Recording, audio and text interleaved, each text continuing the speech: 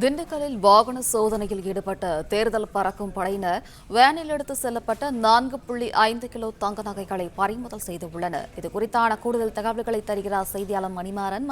வணக்கம். விவரங்கள் என்ன மணிமாறன்?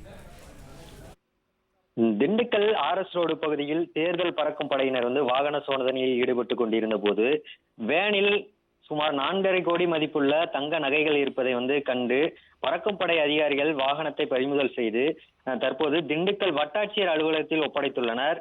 இந்த 4.5 கோடி ரூபாய் மதிப்புள்ள தங்கப்பெட்டி மும்பையில் இருந்து வாகனம் மூலம் வந்து பிவிசி லாஜிஸ்டிக், அதாவது மதுரையில் இருக்கக்கூடிய பிவிஜி லாஜிஸ்டிக் என்ற கம்பெனி கிளையில் இருந்து அனுப்பப்பட்டுள்ளதாக தற்போது முதல் தகவல் வந்துள்ளது. பிறகு அங்கிருந்து வாகனம் மூலம் நத்தம் வழியாக மதுரை, மணப்பாறை, திருச்சி வரைக்கும் இந்த வாகனம் செல்ல உள்ளதாகவும் தகவல் வெளியாகியுள்ளது. திண்டுக்கல்லில் உள்ள பறக்கும் படை அதிகாரிகள் தற்போது ஆர்எஸ் ரோட்டில் வாகனத்தை நிறுத்தி சோதனை செய்த போது இந்த 4.5 கோடி மதிப்புள்ள தங்க நகைகள் தற்போது பறிமுதல் செய்யப்பட்டு வட்டாட்சியர் அலுவலகத்தில்